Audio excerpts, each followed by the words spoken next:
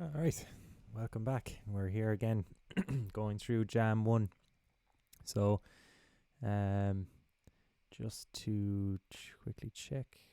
Yeah. So basically, just to kind of welcome you back there. The tune that we were working on here is kind of deep minimal house kind of thing, but bit jivier than that kind of vibe, bit more old school sounding as well. 129 BPM, which is quite obviously quick for something like that. Most people would be making these kind of in the lower 120s, unless you're doing some kind of breakbeat deep house minimal thing, which in that case a lot of people jack up the old BPM then. So yeah, we're looking good. So okay. So yeah, so look, what we did the last few days was we initially came up with the idea of the song here on Monday, was it? Yeah, Thursday actually, sorry, of last week. So we came up with the idea and we made just this kind of rough arrangement of it in our live session, the arrangement going vertically here, and the clips that are playing in each, say, scene, which each line of this is known as a scene. Each scene is going horizontal, so everything in this line here goes across. If I press play, it plays everything on this line. Play on this one, plays the next section. So think of like this as a sketch for what our arrangement became in the end, because the arrangement itself will always differ slightly from your live session. Well, not always, like, for me it does though. Like I tend to put in a very rough sketch with sounds and grooves and kind of vibes that I can kind of know that when I get to the arrangement, I'll be working on that specifically as opposed to anything else. Like, so just I guess some people too put more time into their live views, the live session, this part. They'll get every single variation and every single bit of structure out in that section, and then they'll jam it out, and that's fine. If people like to do it that way, that's cool. Personally, I kind of use the live view as just a way of kind of getting everything up and running and get myself to the arrangement as fast as I can then. So yeah, that's kind of just me though, like everyone kind of uses Ableton differently, and that's the cool thing about it. What I'm going to do is I'm going to just, I guess what I'll do this time now is I'm going to I'll just play the track back myself here, and might do a few kind of little bit of chopping. At about 1 o'clock today, so about 2 hours ago, I just went and did a bit of work on another track that I have. So I'm kind of warmed up a bit more now than I was the last few days, which is kind of, could be good, could be awful. It could be the reason that this song nearly gets finished today, or it could be the reason that it is 10 times worse by the end of the stream. It's one of those things, you just have to go with it. Like, any kind of creative thing is, from what I hear, is similar. Like people who I know who do graphic design or 3D modeling or any kind of a thing like that, it's all the same process, same headspace. Like you could end up scrapping it. You'll do it, you'll think it's the best thing ever. The next day you listen to it and you'll be like, this is awful. Same applies with any visual art as well. So I'm going to just get stuck in here anyway, and what I might do is I might do some general chopping, and I might jump back on the mic in a while then as well and just kind of explain what I was doing there. And should be grand.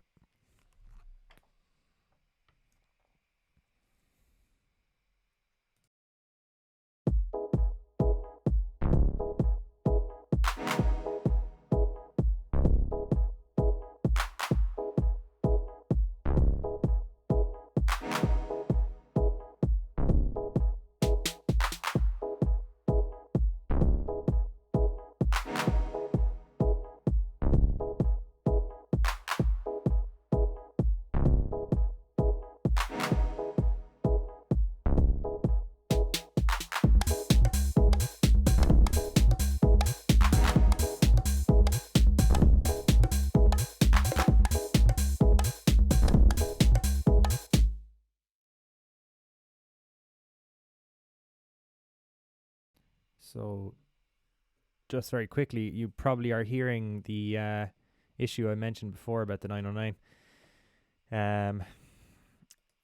You play it, and I'm going to jump on the headphones. here. You can hear this now where it's just a kick. Okay, now that open hat is far more open decay-wise, say, than I intended. Now that's quite short here as far as that setting goes. So what happened? And that's the rolling cloud stuff. So unfortunately you have to adjust each parameter that you've moved, or else you're at risk of it being at the default sampling every time you reopen the project, which is just terrible.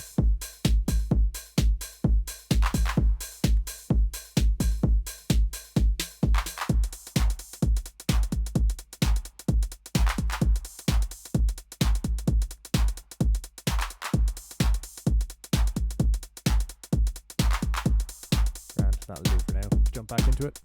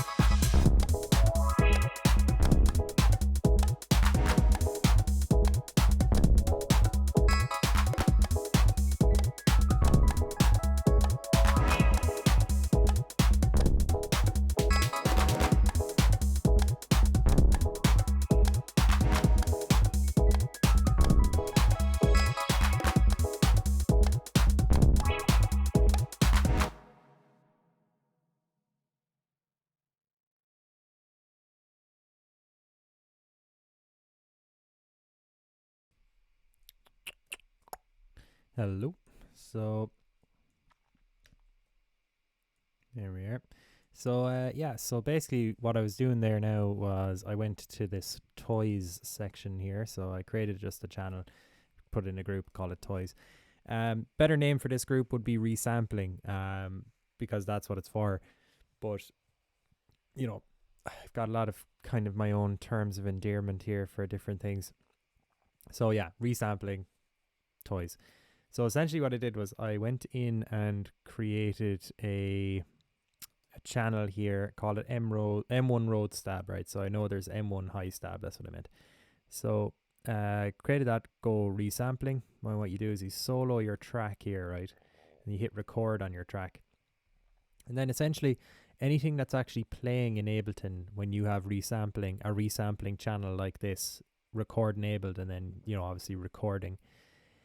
Anything that's playing in Ableton will actually go straight into that channel. So it's a great way of capturing, say if you have like a dry sound and it's going to a reverb send, you know, rather than having a reverb effect as an insert.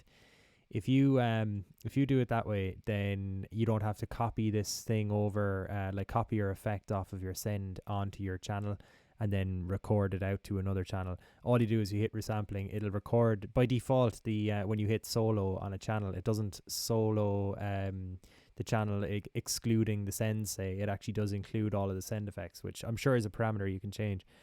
But basically it's handy because what I do then is I record stuff like this, you know.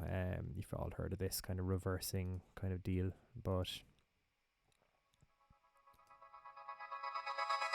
so that's just this road stab reversed. You probably saw me doing that.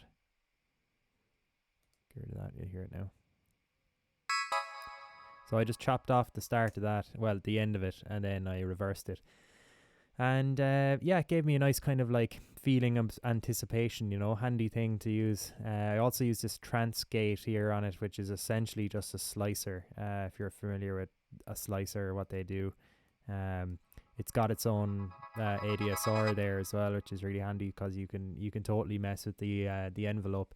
You can change the timing and all that. I just have it on a 16th, so it's chopping out a 16th slice just over the course of this audio clip here. So yeah, handy. Dial it back a little bit. The mix can be very jagged if you don't have it, but the good thing is the reverb stuff after it is all post the chop, so like it doesn't quite kill all of the sound every 16th. So quite a handy thing. Let's hear it again.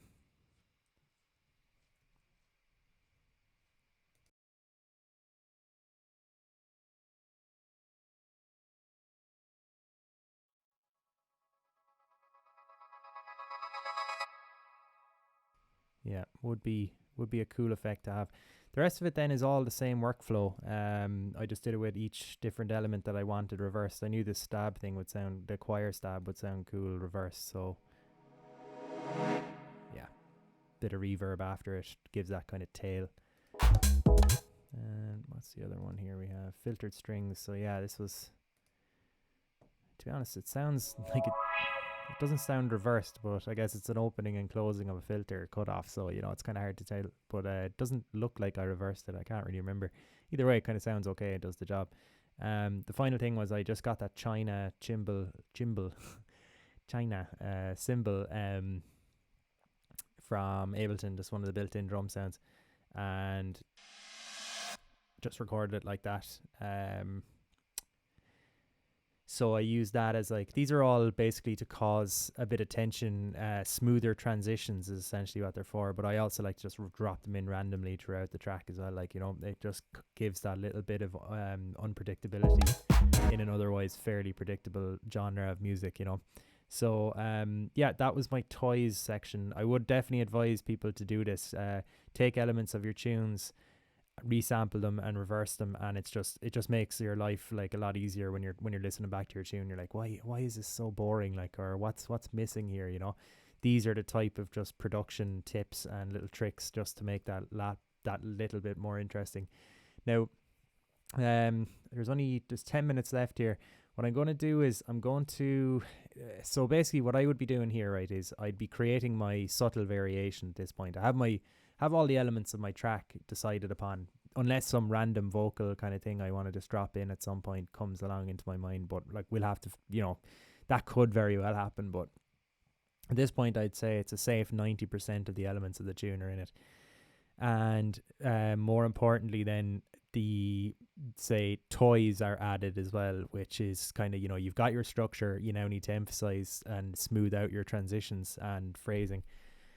And the toys section, as I have there, resampling is the whole reason for that. Now, the other things I'd like to do is my Rhodes is very loopy. It's in the entire tune doing the exact same thing, so there's going to have to be some little bit of give at that. I might have to chop some out, might fade it out, fade it in. What I like to do is I fade out stuff, or I just low pass filter it out, because I find that filtery stuff in this kind of genre really works as it is. So why not just use filters instead of actually volume automation, just use filter automation. So I probably will get to that. The other thing I like to do is the TB03, 303, whatever you want to call it.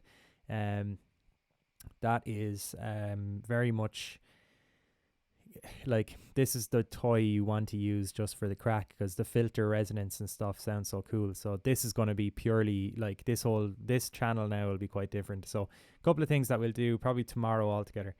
But the 303, that'll have filter and cutoff automation. The Rhodes will have a bit of variation. I might throw some effect on it, or I might automate it to its sends, give it a bit of variation through that.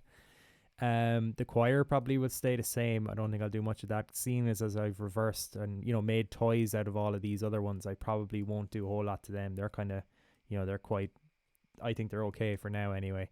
So I'm going to group them and just call it what are we looking at? Choir. We call it keys, and we leave our Rhodes out and out of that group just purely because it's going to get messed with. So I'd say what I'll do tomorrow then is I'll go Rhodes, bit of variation there. 303, I'll just do a run through. Could do that now nearly. I might do the 303 now, seeing as there's 10 minutes left. 303, then the Rhodes, and then I'm on the fence about these bongos here. Sometimes they're cool, sometimes they're crap. So, I'll get to it.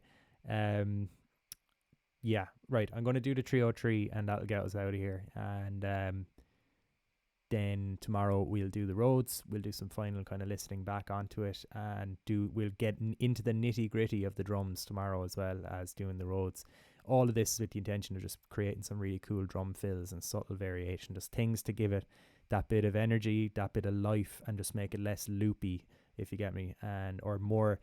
The variation just allows the loops to work. Without the variation, the loops just sound like loops, So I'll do the 303 and we'll call it quits there.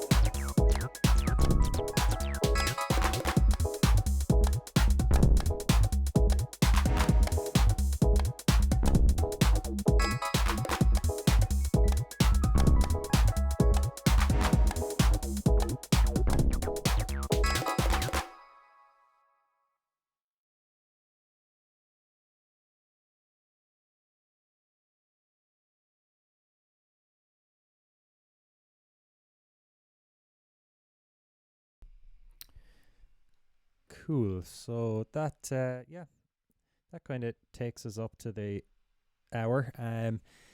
Just to recap, I suppose, one more time, what we did was we had our arrangement made from the last day, We made these toys, which is just resampling. Then we scattered them throughout the actual arrangement. The last thing I did there was the 303, which was just I mapped the cutoff and the resonance to my APC 40 Mark II and just basically just jammed through the track.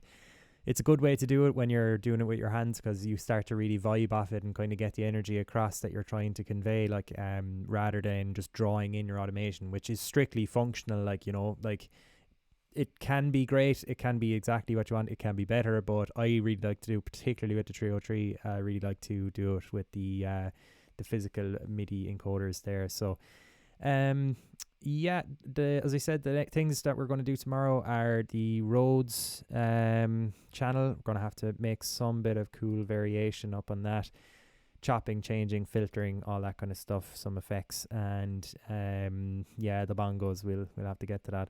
I've definitely created some kind of crazy MIDI thing. This is going mental at the moment. Let's see what I did. Tough one to call. Delete all these anyway. Seems grand now. Oh no, it's still taking crazy MIDI in off something. Am I pressing it? I was headphones left on a keyboard. Classic case. Yeah. So look, that's it. I'm just gonna let this play out one more time, just at the end here, and clip it. So thanks very much for joining, and I'll see you tomorrow for our final session of the week.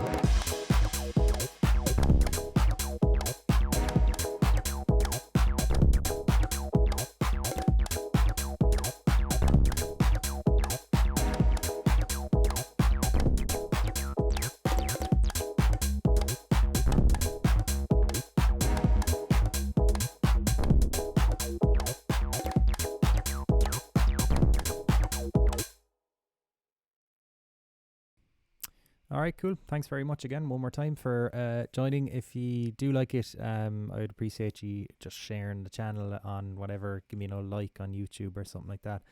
And yeah, I'll join you tomorrow for some more tunes. Yeah, there'll be just finishing this, I'd say. And next week we might look into mixing it, and then we'll talk about a few different things then about other projects I have going on. But yeah, thanks again, and hope you enjoyed.